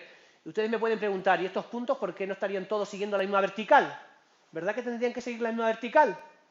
¿Por qué no la siguen? Porque introduzco un pequeño error aleatorio cuando transformo esta variable cualitativa o categórica en numérica.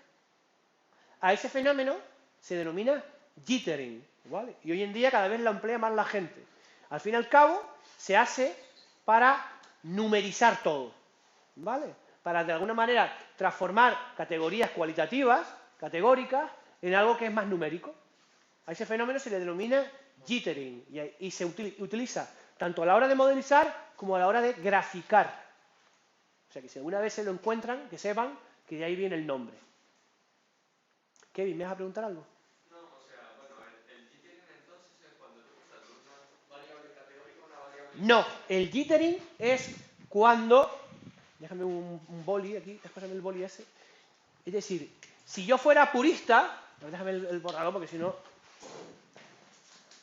Es decir, si yo quisiera hacer esto bien... Vale, yo por ejemplo tengo 3 factores, ¿no? El A, el B y el C. Y he medido cualquier tipo de cosa. Entonces, claro, mis medidas tendrían que ser algo tal que así, ¿verdad? Es decir, todas tendrían que estar en la misma vertical. Porque es todo una variable categórica. Entonces, el jittering consiste en meter un pequeño error aleatorio, de manera que los puntos generan una especie como de nube de puntos aquí, ¿de acuerdo? Y de esa manera, a la hora de hacer ajustes tipo lineal o aplicar GLM, va a ser una cosa mucho más realista, ¿de acuerdo? Es decir, que el jittering lo único que está haciendo es meter un pequeño error. O sea, tú imagínate que yo transformo esto en 1, esto transformo en 2, esto transformo en 3. Entonces, en vez de darle la coordenada 1 a todos estos valores, a uno le doy un 1,1, a otro le doy un 1,2, al uno le doy un 0,9, al uno le doy un 0,8. A esa técnica estadística se le denomina jittering. ¿De acuerdo? Es una forma como de introducir un pequeño error para la nube de puntos, distorsionarlo un poco más y poder aplicar lo que serían ajustes lineales. ¿De acuerdo? ¿No hacen más error al final? No, porque me va a permitir ajustar modelos. Me va a permitir salir de todo lo que hacemos con los ANOVAs y todo este tipo de cosas y forzar otro tipo de cosas. ¿Vale? Este fenómeno se denomina jittering, por si se lo encuentran. Entonces, ¿cuándo utilizamos modelos mixtos? Y aquí viene lo que es lo interesante de aplicación de modelos mixtos. Pues siempre que tengamos algún tipo de estructura jerárquica en nuestros datos, por ejemplo, los diseños de medidas repetidas, es un diseño jerárquico.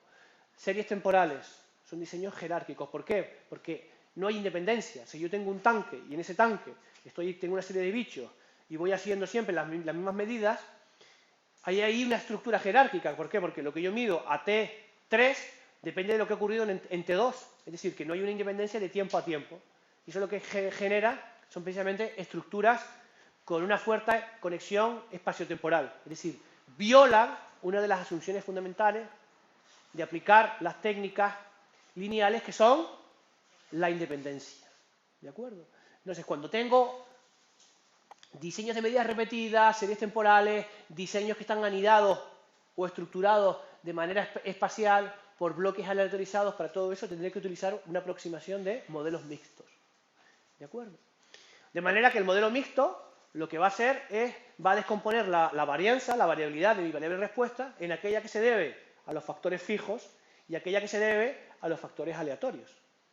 ¿Vale? Teniendo en cuenta que a mí lo que ocurra con los aleatorios me da igual, porque a mí lo que me interesa, mi hipótesis, está en el factor o factores fijos. ¿De acuerdo? Entiendo que está dando una visión muy económica de los modelos mixtos, ¿no? Sí. Porque en genética los factores aleatorios son esenciales. Mm, Por ejemplo, los genes tuyos sí. son factores Pero yo no sé si lo que tú denominas modelo mixto es lo mismo. Si, por ejemplo, para tú hacer un ranking de vacuno de leche, en un catálogo sanitario, los factores del ranking se hacen por los factores aleatorios. Porque tú localizas en qué medida el conjunto de genes que tú lo predices, porque vienen por la codificación génica, forman parte para explicar, bueno, dentro del conjunto de todos los animales. Yo entiendo que en el caso vuestro solo vais siempre a lo que realmente es lo importante. Eso no quiere decir que no se estimen los factores aleatorios, porque ahora veremos todos los ejemplos que se estiman. Y yo puedo saber incluso hasta qué punto es importante un factor aleatorio respecto de un factor fijo. Y luego, otra de las cosas que yo voy a generar es, puedo generar varios modelos. Y, por ejemplo, puedo generar un modelo, imaginémonos, con factores fijos y factores aleatorios. Y luego genero un modelo solamente con factores aleatorios. ¿Vale? Y le aplico, por ejemplo, un test de verosimilitud entre un modelo y otro. Puedo llegar a saber si la contribución de los factores aleatorios es tan o más importante que la del factor fijo. La visión es distinta, pero ahora cuando hagamos las prácticas te vas a dar cuenta que vamos a testear cosas muy parecidas. ¿Vale? Que esas son las cosas que muchas veces me interesa, el peso. O sea, hasta qué punto el peso o la importancia de los factores aleatorios es más importante que el de los factores fijos. Esas son cosas que yo puedo hacer. Me estoy dando cuenta que la visión vuestra, claro, como siempre quieres predecir algo, Obviamente. porque tú te encuentras con un problema. En otras áreas de la ciencia, tú puedes hacer el diseño para buscar una solución. Entonces, por ejemplo, en el caso nuestro, los efectos fijos realmente son un problema. A mí si un pez está en un tanque y otro está en otro tanque, uno con más densidad, otro menos densidad, las altas densidades producen más crecimiento. Si yo hago un ranking de los animales por peso, puedo, si no considero el efecto tanque, Claro, me llevo los animales, claro, por ejemplo. claro. Pero con el efecto... Tú lo que haces es corrigir una Claro, exactamente. Es que eso... te quitas el problema encima, Exactamente. te lleva a los animales genéticamente más pesados. Es lo que yo comentaba anteriormente. Es una forma de controlar por una fuente de variabilidad que yo sé que está afectando mi variable de respuesta. Pero que en el caso particular nuestro, yo no tengo ninguna hipótesis. El tanque. A mí me da igual lo que ocurra de un tanque a otro. Yo lo que quiero saber es si una dieta produce un mayor crecimiento en un bicho. ¿Vale? Bien. Son muy útiles, sobre todo cuando tengamos, pues eso, diseños de medidas repetidas, bloques aleatorizados, una herramienta bastante útil, pero son difíciles de comprender. Y ya veo caras de difícil, que no lo han entendido mucho, son difíciles de comprender y de aplicar. ¿Vale? Pero son una forma muy interesante de separar el trigo de la paja, como lo decía yo, de saber hasta qué punto, qué es más importante, mis factores aleatorios o mis factores fijos, o quitar o controlar toda la variabilidad debido a mis factores aleatorios para saber qué es lo que ocurre con los fijos. ¿Vale? Fíjense el ejemplo que yo ponía de la playa. Quiero ver cómo cambia la abundancia de especies a lo largo de una playa. Pero es que, claro, yo sé que de playa a playa puede haber una variabilidad brutal. Depende de la exposición al oleaje que tenga la playa, depende de la granulometría. Entonces, es una forma de controlar por todo eso. Posiblemente eso va a ser incluso más importante que incluso la propia altura. Pero si yo, por la razón que sea, quiero buscar un patrón solamente vinculado a la altura, lo puedo hacer de esa manera. Entonces, también es una forma de ir compartimentando variabilidad. Ir separando esa variabilidad de mi variable de respuesta en vagones, ¿de acuerdo? En vagones, en compartimentos, para yo poder quedarme con lo que a mí realmente me interesa. ¿Vale? Quedarme con el efecto de la dieta, no con ese efecto tan brutal que puede haber de tanque a tanque. Porque a mí lo que me interesa al fin y al cabo es ver si una dieta tiene un efecto sobre el crecimiento de un bicho o lo que sea. Sí, en el caso de la nutrición, la visión es un poco diferente. En el caso de la genética es la antítesis. Porque si tú, por ejemplo, tienes los ojos azules y es unigénico, y aunque comas zanahoria, tú vas a tener azul. Totalmente. Con lo cual, si uno es unigénico y hay otros factores que te va a afectar, como es la dieta, en realidad cuando tú calculas la variación génica frente a la variación del efecto, cuando la variación génica es muy alta, quiere decir que los efectos, esos no tienen casi relevancia. Eso depende, pues yo tengo que comer mucha zanahoria todas las noches para mantener el pelo así. No, eso es porque te tiñes que no lo puedes Vale. Cosa que les iba a decir. Este tipo de modelos también se los van a encontrar si leen, investigan, se ponen a sus tutoriales de YouTube por la noche, que es lo que tienen que hacer en vez de ver tantas series.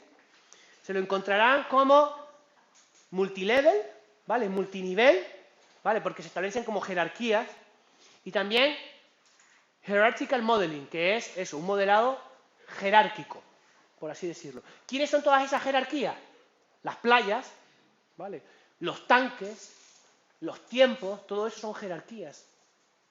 Todo eso son jerarquías. ¿De acuerdo?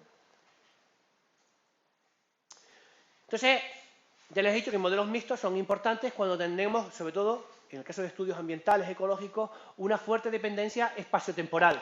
¿De acuerdo? Una fuerte dependencia espaciotemporal.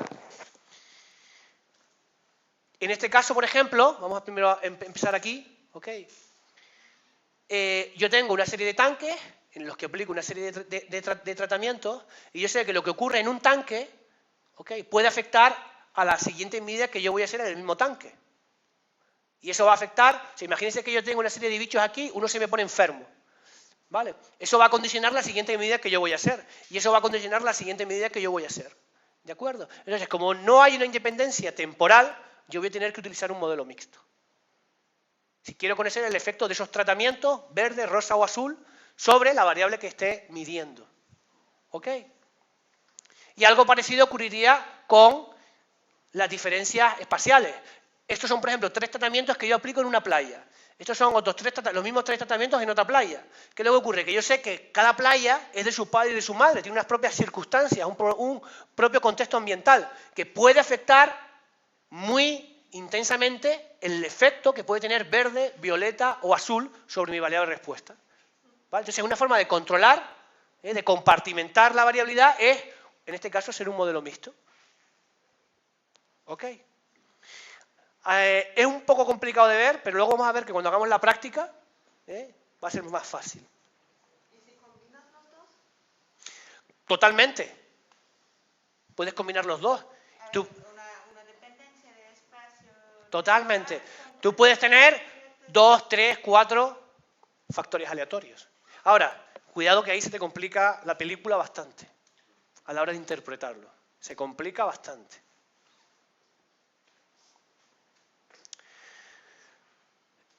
Es decir, que lo que estamos haciendo, ¿qué es? Lo que pone la formulita de la pizarra, ¿no? Es decir, lo que estamos haciendo es modelizar nuestra variable de respuesta, ¿de acuerdo? En función de una serie de factores fijos, ¿de acuerdo? Al fin y al cabo, lo que estamos haciendo aquí es sumar los estimadores de los factores fijos y un conjunto de factores aleatorios, ¿de acuerdo? Luego, aparte, seguirá habiendo una variabilidad residual. Obviamente. ¿Vale? Pero lo que estamos haciendo es partir, compartimentar, generar vagones de diferente con variabilidad. ¿De acuerdo? Para ir separando el trigo de la paja. Bien, hay 2 principales paquetes en R para poder implementar modelos mixtos. O por lo menos los 2 que yo más suelo utilizar, que son el LM4 y el LMRTest. Ahora, ¿qué es lo que ocurre? Que en vez de implementar la función LM, que utilizamos para modelos lineales, utilizamos una función que se denomina LMR, ¿vale? De FX Random o algo así creo que es el acrónimo. ¿Ok? De manera que en un único argumento se especifica, ya lo veremos en la práctica, por una parte, en primer lugar, los efectos fijos o los factores fijos y luego los efectos aleatorios o factores aleatorios. ¿De acuerdo? En primer lugar, a la derecha del símbolo tilde, los fijos. Y luego los aleatorios, entre paréntesis. ¿De acuerdo? Ya lo veremos con una barra vertical y ya lo veremos eso. Lo tengo puesto aquí en la sintaxis, pero lo vamos a trabajar también en las prácticas. ¿De acuerdo? Podemos tener incluso, en los efectos aleatorios, podemos tener efectos anidados. ¿Vale? Supongamos, por ejemplo, que dentro de playas yo tuviera zonas. ¿Vale? Eso sería, o sea, yo podría tabular o especificar un factor aleatorio anidado dentro de otro factor aleatorio. Es algo que yo también podría hacer. Podemos hacer modelos mixtos lineales. ¿Ok? ¿Se portan bien? O sea, yo corro, lo primero que yo hago es que digo, voy a analizar esto utilizando un modelo mixto. Corro un modelo mixto lineal. ¿Vale? ¿Que se porta bien? ¿Que los residuos van bien? Ahí me quedo. ¿Que los residuos se portan mal? ¿Qué es lo que hago? Me voy a un GLM. Ya está, súper sencillo. Y en vez de utilizar la función LMR, uso la función GLMR. Ya está. ¿Ok? O sea, que muchas de las cosas que ya hemos aprendido sirven para los modelos mixtos. Vamos a seguir siempre la misma filosofía. Pequeña chuleta que les pongo aquí con la sintaxis básica de modelos mixtos en R. ¿De acuerdo? Básicamente, les pongo aquí 4 posibles escenarios. Todos referidos a un modelo lineal. Si en vez de modelo lineal quisiéramos un modelo, un GLM, ¿qué le ocurriría? Aquí en vez de ponerle MER pondríamos GLMR y aquí detrás de lo que sería el factor fijo, ¿qué le poníamos? Family igual fulano, link, function, tanto. ¿Vale? Pero para tener... Exactamente, para tenerlo más sintético en esta chuleta, se lo pongo así, ¿de acuerdo? Entonces, yo puedo generar un modelo mixto, vamos a ver el primer caso, en el que tengo un factor fijo A, ¿de acuerdo? De manera que tengo un factor aleatorio sujeto, por ejemplo puede ser playa, ¿de acuerdo? O tanque, ¿ok? De manera que cada sujeto va a tener un diferente intercepto. Era el primer caso que veíamos al principio del principio de modelos mixtos, ¿de acuerdo? Yo, sin embargo, podría decirle que es algo que tiene más, ¿cómo le diría yo? Es como un escenario más realista, y es decir, que cada sujeto tiene, este es su padre y su madre, es decir, cada sujeto tiene un intercepto y una pendiente diferente, ¿vale? Cuidado con esto, porque estoy generando un modelo un poquito más complejo. Entonces, al generar un modelo un poquito más complejo, porque le estoy diciendo que cada sujeto no solamente tiene una diferente intercepto, sino también una pendiente diferente. Entonces, ¿eso qué se traduce? En un modelo más complejo. Si es un modelo más complejo, ¿qué le ocurre? Tiene más parámetros. Entonces, el AIC me va a penalizar. ¿Lo vemos? Vale. Sí. Vale. Hay ocasiones, antes me lo preguntaron por ahí, me lo preguntaste tú, Steffi, por ejemplo, yo podría tener dos factores aleatorios, B y C. ¿De acuerdo? B y C como factores aleatorios, y en este caso, para cada caso, o sea, para cada nivel de B y C, yo estoy suponiendo que la pendiente es la misma, pero que lo que varía es el intercepto. Bueno, yo sé que esto es un poquito difícil de ver, a ver si cuando hagamos las prácticas lo ven un poquito mejor. Y el último caso sería tener dos factores aleatorios, B y C, playa y áreas dentro de la playa, de la manera que hay el factor C está anidado o dentro de B. ¿Vale? Isla y sitios dentro de isla. Por ejemplo. ¿Ok? Esta es la sintaxis básica, es lo que vamos a trabajar cuando hagamos la práctica. La práctica ahora la empezaremos, ¿de acuerdo? Para ir recopilando, combinando lo que acabo de explicar con lo que expliqué al principio de la clase, a ver si logramos ver esta última diapo. Fíjense, yo aquí estoy corriendo inicialmente un escenario en el que solamente quiero modelizar a través de la función modelo lineal, linear model, cómo cambia la riqueza a través de la altura de marea, independiente de la playa. Se me da absolutamente igual la playa, por lo tanto lo único que tengo es, le digo a R que me modelice de la riqueza en función de la altura de la marea. ¿De acuerdo? Con lo cual, esto es un caso típico de regresión lineal. Solamente tengo una recta. ¿Lo ven? Porque aquí yo no especifico en ningún momento si estos puntos que hay aquí vienen de una playa o vienen de otra playa. ¿Sí o no? O sea, aquí no especifico de qué playa vienen estos puntos. Simplemente represento la altura de la muestra, venga de la playa A, de la playa B o de la playa C, frente a la riqueza. Y aplico, esto es un ajuste lineal típico, una regresión lineal de toda la vida. ¿Ok? Bien, ahora nos movemos a un segundo caso en el que voy a aplicar un modelo mixto, de hecho ya cambio la función y en vez de ser LM es LMR, en el que voy a seguir modelizando, prediciendo la riqueza en función de mi factor fijo NAP, pero ahora, ojo al dato, como decía José María García, que yo voy a incluir un factor aleatorio, un efecto aleatorio playa. ¿Vale? De manera que voy a volver a hacer este ajuste, es decir, cómo la riqueza cambia en función de la altura para cada playa, de manera que voy a forzar rectas que van a tener toda la misma pendiente, pero van a variar en intercepto. Es decir, yo voy a ajustar a cada playa, le voy a ajustar una línea recta, de manera que la pendiente le voy a forzar que sea la misma, ¿de acuerdo? Voy a forzar que sea la misma, y lo que voy a permitir que varíe de playa a playa va a ser el intercepto. La pendiente de la segunda La misma. ¿Vale? La misma. Y hay un tercer escenario, que es el que a priori nosotros podemos pensar que es más realista, y es que la riqueza varía a lo largo de la altura a lo largo de la altura de marea según las diferentes pendientes que se adaptan a cada playa. ¿Vale? Con la salvedad de que este modelo ya de antemano va a ser más complejo que este. Con lo cual el A y C nos va a penalizar. Entonces, cuidado, porque en función de cómo sean nuestros datos, nos puede interesar tener un modelo de este tipo. Esas son las cosas que tendremos que pensar en función de cómo, de la biología, la ecología, la física o la química, de nuestro problema y de lo que estemos nosotros utilizando. O sea, no hay una regla matemática para aquí. Aquí es aplicar la inteligencia biológica, ecológica, química o física. ¿De acuerdo? La sintaxis, como ven, es bastante fácil. ¿De acuerdo? Entonces, ¿qué es lo que ocurre? Que incluso, que es lo que vamos a hacer en la práctica, yo lo que puedo ir haciendo es ir comparando exactamente. Yo, por ejemplo, podría hacer este modelo y obtengo una IC. Y ahora hago este modelo y obtengo otro IC. E incluso si sigo obsesionado con los p-valores, podría hacer un likelihood ratio test para comparar el IC de este y de este. ¿Vale? Y también lo podría hacer de esto. ¿Vale? Vamos a reflexionarlo según diferentes escenarios. Dime. Primero porque si ya sabemos que, o sea, que no sé, que no se cumple esa... ¿no? Muy buena pregunta.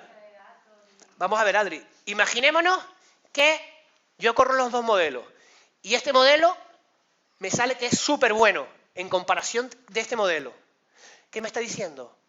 Me está diciendo que me da igual la playa, que lo que realmente es importante es la altura. ¿Vale? O sea, vamos a ponernos en diferentes escenarios para razonarlo. Yo comparo este modelo y este modelo. ¿Vale? Y me dice, mira, es que este modelo respecto de este es una birria. ¿Eso qué me está diciendo? Que los efectos aleatorios son muy poco importantes. O lo que es lo mismo, acumulan muy poca variabilidad. Exactamente. Exactamente. Supongamos ahora otro escenario, al revés. Me dice, mira, este modelo, supongamos que la IC de este modelo es igual al de este. ¿Vale? Entonces yo pienso y digo, joder, este modelo es más complejo que este. Tiene más parámetros, porque estoy incluyendo aquí el efecto mixto. Sin embargo, tiene el mismo A y C. ¿Qué se está diciendo?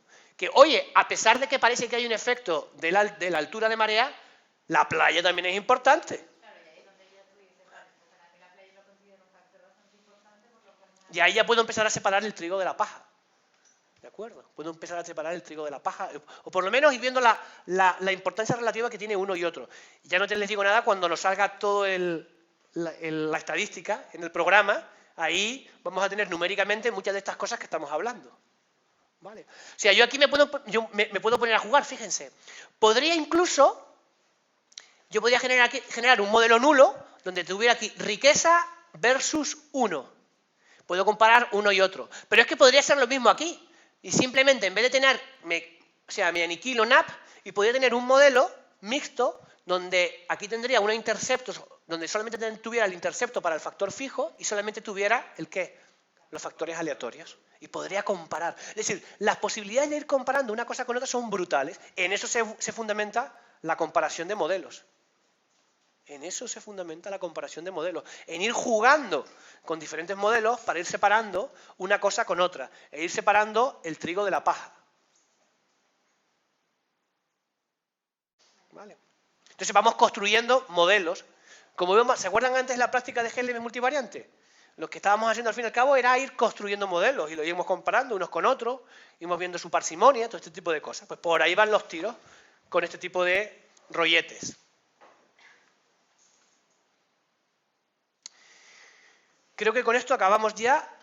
Sí, acabamos. Uy, perdona. Fíjense, cuando yo corro un modelo mixto, lo que nos va a salir es una serie de cosas. Vamos a intentar analizarlo. Fíjense, nos vuelve a salir cosas que ya sabemos. En primer lugar nos salen nuestros queridos residuos. Mínimo, casi menos 4, máximo 5, parece primer cuartil menos 0,46, tercer cuartil 0,46. El modelo parece de antemano que es bueno. Primera cosa que tenemos que ver. Ok. Segunda cosa que tenemos que ver, tenemos aquí random effects. Ok. Tenemos lo que ocurre con los random effects. Entonces, fijémonos. Yo he aplicado un modelo en el que la variable respuesta reaction la he modelizado en función de una variable, un factor fijo que se denomina días, no tengo ni idea qué significa, días, y luego tengo un factor aleatorio, un efecto aleatorio, sujeto, ¿lo ven aquí? De manera que estoy diciendo que cada sujeto va a tener un diferente intercepto y una diferente pendiente para cada día. ¿Ok? Entonces, ¿qué es lo que tengo aquí? Vamos a ver los efectos aleatorios. Lo que tengo es, para cada sujeto, para su contribución en cuanto al intercepto y en cuanto a la pendiente de días. ¿Qué significa esto? Yo sé que va a haber una variable, al haber aplicado yo un modelo en el que a cada sujeto le aplico una recta, con un intercepto y una pendiente, veo que hay mucha mayor variabilidad en el intercepto que en la pendiente. ¿No ven? Comparen la variabilidad, la varianza, esta varianza con esta varianza. ¿Esto qué me está diciendo? Me estaría sugiriendo, por ejemplo, que simplemente con haber aplicado un modelo donde a cada sujeto le doy un intercepto, pero no una pendiente diferente, podría haber sido suficiente. Es decir, un modelo en el que aquí hubiera habido un 1 en vez de un days por sujeto. ¿Lo ven? Si no, vuelvo a repetirlo. Con lo cual tendría un modelo más sencillo.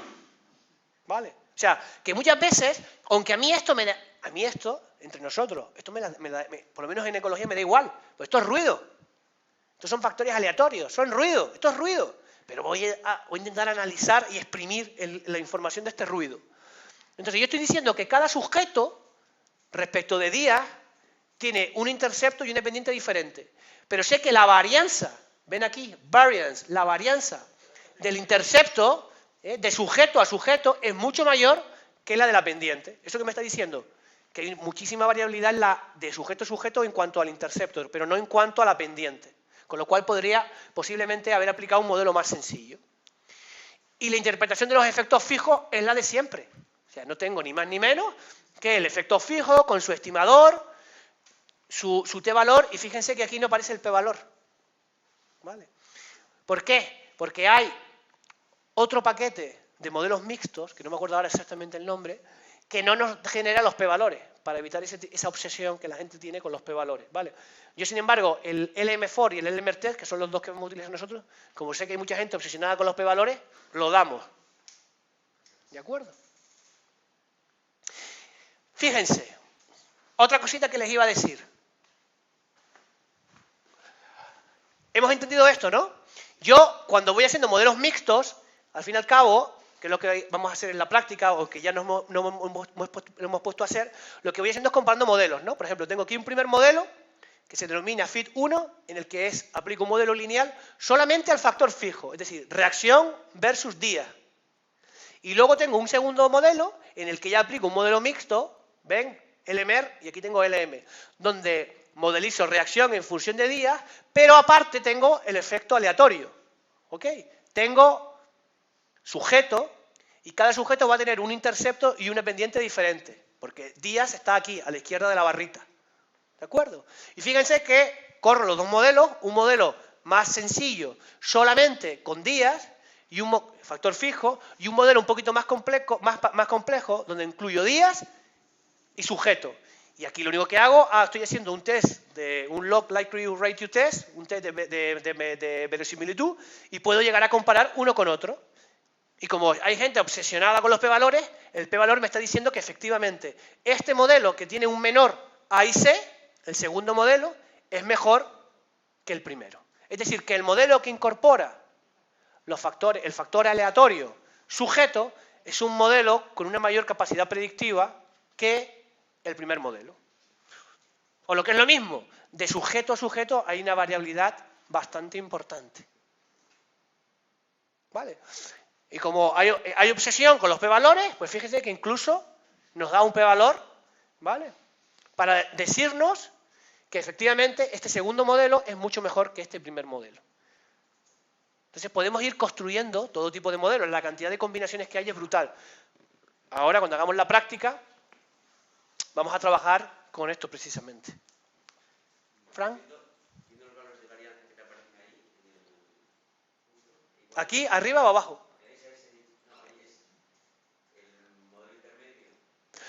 Posiblemente, Fran, esto, ¿qué es lo que ocurre? Que yo, si hubiera hecho aquí el mejor modelo, ¿sabes qué hubiera salido? Un modelo en que aquí, en vez de haber days, tuviera un 1. que lo discutimos antes. ¿Vale? Pero bueno, esto es simplemente para visualizar este tipo de cosas.